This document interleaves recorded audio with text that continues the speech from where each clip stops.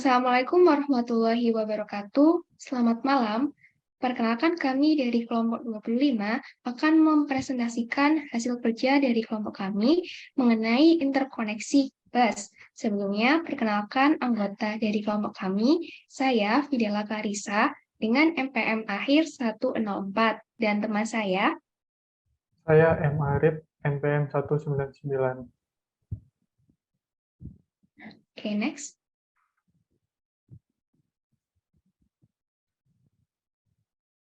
Di kesempatan kali ini, kami akan menjelaskan dua hal. Yang pertama, struktur interkoneksi, dan yang kedua, mengenai interkoneksi bus. Next. Struktur interkoneksi. Sebenarnya apa itu struktur interkoneksi? Struktur interkoneksi adalah kumpulan lintasan yang menghubungkan berbagai komponen komputer yang saling berkomunikasi satu dengan lainnya. Komponen komputer ini apa? Komponen komputer yang utama terdapat tiga, yaitu satu CPU, dua memori, dan yang ketiga perangkat input-output. Struktur interkoneksi sendiri bergantung pada dua hal, jenis data dan karakteristik pertukaran data. Next. Komponen komputer. CPU merupakan pusat pengolahan dan eksekusi data. CPU mengendalikan seluruh sistem komputer. Konsekuensinya, CPU akan memiliki koneksi ke seluruh modul pada sistem komputer. Yang kemudian yang kedua memori. Memori terdiri atas n word memori dengan panjang yang sama. Dan setiap word-nya diberikan alamat numerik yang unik, misal 0, 1, 2, sampai ke N. Word dapat dibaca maupun ditulis pada memori dengan control read untuk membaca dan control write untuk menulis. Lokasi bagi operasi dispesifikasikan oleh sebuah alamat.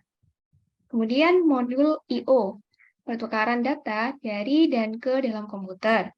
Secara internal atau melalui pandangan internal, modul I/O ini merupakan sebuah memori dengan operasi pembacaan dan penulisan. Artinya modul I/O ini fungsinya hampir sama dengan memori, yaitu untuk pembacaan dan penulisan. Modul I/O dapat mengkontrol lebih dari sebuah perangkat peripheral dan dapat mengirimkan sinyal interrupt. Next. Selanjutnya, karakteristik pertukaran data. Berdasarkan jenis pertukaran data yang diperlukan oleh komponen komputer, yaitu CPU, memori, dan modul I/O, maka struktur interkoneksi harus mendukung perpindahan data sebagai berikut. Yang pertama, memori ke CPU, artinya CPU melakukan pembacaan data maupun interupsi dari memori. 2. CPU ke memori, CPU melakukan penyimpanan atau penulisan data ke memori. 3. I/O ke CPU, CPU membaca data dari peripheral melalui modul I/O. Yang keempat, CPU ke I/O, CPU mengirimkan data ke perangkat peripheral. Dan yang terakhir, yang kelima, I/O ke memori ataupun sebaliknya dari memori ke I/O digunakan pada sistem DMA. Next. Selanjutnya akan dilanjutkan oleh teman saya. Baik, saya akan menjelaskan terkait dari cara kinerja dari pertukaran data yang tadi. Adapun di sini ada terdiri dari CPU, terus memori, dan perangkat input-output. Nah, di sini jika kita akan berinteraksi dengan memori, di situ pertama yaitu dikirimkan yaitu kontrol alamat ke memori, akan menunjuk di mana akan alamat tersebut akan dituju. Ya, selanjutnya ada kontrol signal dari CPU ke memori, dapat berupa baca ataupun tulis. Apabila kontrol selanjutnya ada CPU ke memori, yaitu berupa kontrol data. Nah, apabila kontrol signal berupa tulis, maka data tersebut akan ditulis ke dalam memori. Namun apabila kontrol signal tersebut berupa baca, maka data akan dikirim ke CPU. Nah, data yang dikirim ke CPU ini dapat berupa perintah maupun pure data ke CPU. Selanjutnya, interaksi CPU dengan perangkat input-output. Untuk interaksi antara CPU dan perangkat input-output, kurang lebih sama dengan memori. Di situ ada kontrol address atau kontrol alamat akan dikirimkan ke input-output modul. Nah, di situ akan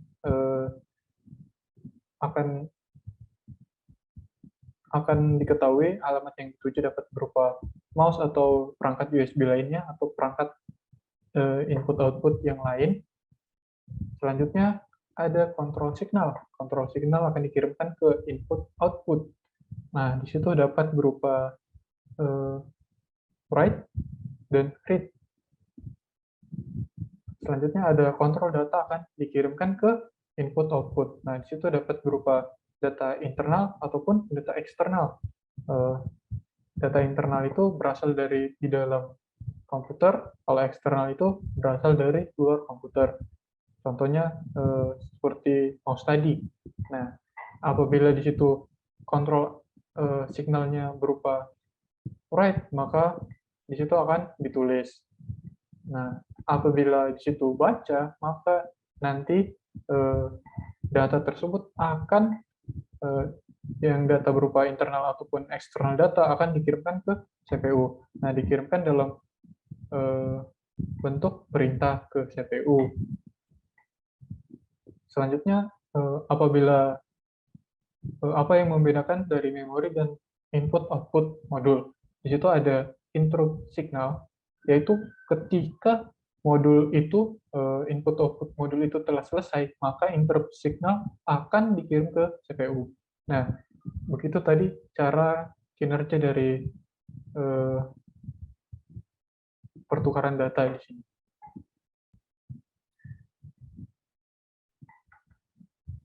Nah, selanjutnya, apa itu interkoneksi bus? Interkoneksi bus adalah bagian dari sistem komputer yang berfungsi untuk menghubungkan antar perangkat utama dan pada komputer guna memindahkan data antar bagian-bagian dalam sistem komputer.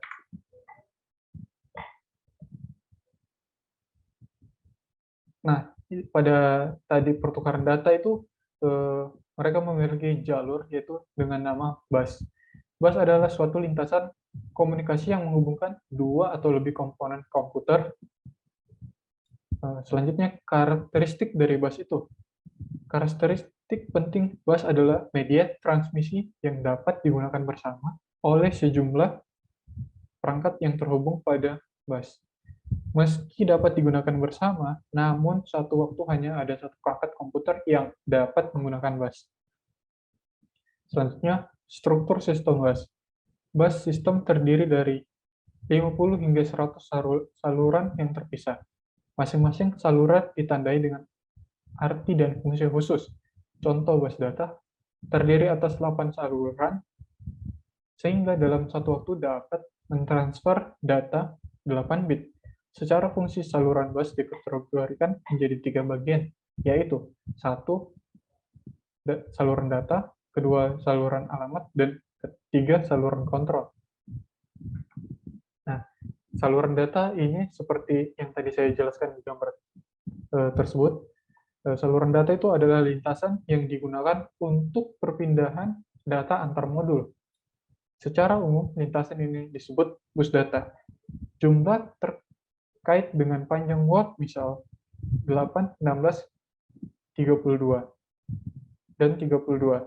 Jumlah saluran dalam bus data disebut lebar bus dengan satuan bit. Misal, lebar bus data 16 bit. Tujuan saluran ini yaitu mentransfer word dalam sekali waktu. Nah, kedua itu ada saluran alamat. Saluran alamat digunakan untuk menentukan sumber dan tujuan data pada bus data. menentukan kapasitas maksimum memori yang dapat dibaca sistem. Nah, selanjutnya digunakan untuk saluran alamat perangkat modul komputer saat CPU mengakses suatu modul. Selanjutnya digunakan untuk mengirim alamat port pada memori yang diakses CPU. Selanjutnya digunakan untuk alamat input output. Nah, ketiga, saluran kontrol. Bus data dan bus alamat digunakan oleh semua komponen. Maka diperlukan mekanisme kerja yang disebut kontrol, yaitu melalui bus kontrol. Saluran kontrol digunakan untuk mengontrol bus data, bus alamat, dan seluruh modul yang ada. Sinyal-sinyal kontrol terdiri atas sinyal pewaktuan dan sinyal perintah. Sinyal pewaktuan menandakan validitas data dan alamat. Sinyal perintah berfungsi untuk membentuk suatu operasi. Nah, berikut ini ada perintah saluran kontrol. Nah, di sini ada memory write, yaitu memerintahkan data ditulis ke lokasi memori. Memory read itu memerintahkan data dari lokasi alamat ditempatkan pada bus data. Ada input output write, yaitu data yang dikirim ke lokasi port. Nah, sedangkan input output read yaitu memerintahkan data dari port input output ditempatkan pada bus data. Nah, selanjutnya ada transfer ASIC menunjukkan data telah diterima dari bus data dan atau data telah ditempatkan pada bus. Selanjutnya ada bus request menunjukkan bahwa modul memerlukan kontrol bus. Selanjutnya ada bus grant menunjukkan bahwa modul yang melakukan request telah diberi hak mengontrol bus. Selanjutnya ada interrupt request yang menandakan adanya penangguhan interupsi dari modul. Selanjutnya ada interrupt ASIC menunjukkan penangguhan interupsi telah diketahui CPU. Selanjutnya ada clock untuk sinkronisasi proses antar modul. Dan terakhir ada reset untuk menginisialisasi seluruh modul. Nah, bagaimana bus beroperasi? Pertama, operasi pengiriman data. 1. Meminta penggunaan bus. Yang kedua, apabila telah disetujui, modul akan memindahkan data yang diinginkan ke modul yang dituju. Kedua, operasi meminta data. Itu ada meminta penggunaan bus. Selanjutnya ada mengirim request ke modul yang dituju melalui saluran kontrol dan alamat yang sesuai. Ketiga, menunggu modul yang dituju mengirimkan data yang diinginkan. Selanjutnya akan dijelaskan oleh rekan saya. Oke, selanjutnya adalah hierarki multiple bus. Apabila terlalu banyak modul atau komponen komputer yang terhubung, maka bus akan terjadi penurunan performa. Aspek yang menyebabkan penurunan performa ini, yang pertama, dapat disebabkan karena semakin besar delay propagasi untuk mengkoordinasikan pengguna bus. Yang kedua, antrian bus yang semakin panjang. Yang ketiga, habisnya ruang kapasitas transfer bus sehingga memperlambat data. Next.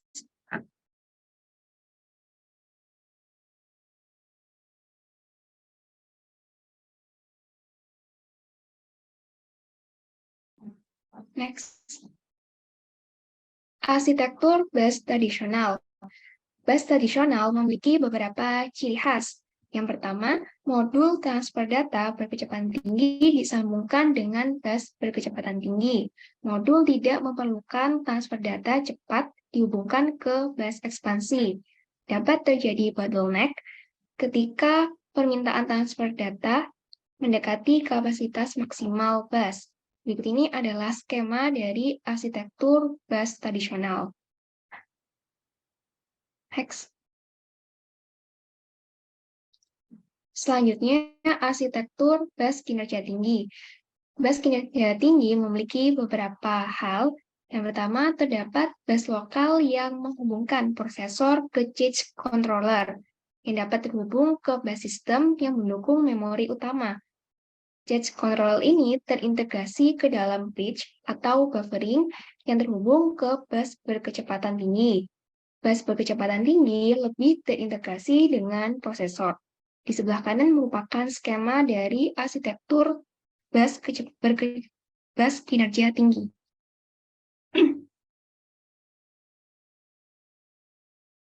Next. Berikutnya elemen rancangan bus. Jenis bus ini dapat dibagi menjadi dua. Yang pertama, dedicated dan multiplexed. Apa itu dedicated? Dedicated merupakan metode di mana setiap bus atau saluran secara permanen diberikan fungsi atau subset fisik komponen komputer. Sedangkan multiplexed merupakan metode penggunaan bus yang sama untuk berbagai keperluan, sehingga menghemat ruang dan biaya. Untuk metode arbitrasi sendiri juga terdapat dua hal. Yang pertama, centralized dan distributed. Centralized yaitu ada bus controller yang mengatur waktu pemakaian bus, dan distribute yaitu setiap modul memiliki akses kontrol logika dan bekerja bersama-sama berbagai bus. Timing juga ada dua jenis, yaitu sinkronus dan asinkronus. Sinkronus merupakan terjadinya event pada bus ditentukan oleh clock atau pewaktu. Asinkronus merupakan terjadinya sebuah event pada bus mengikuti dan tergantung pada event sebelumnya. Next.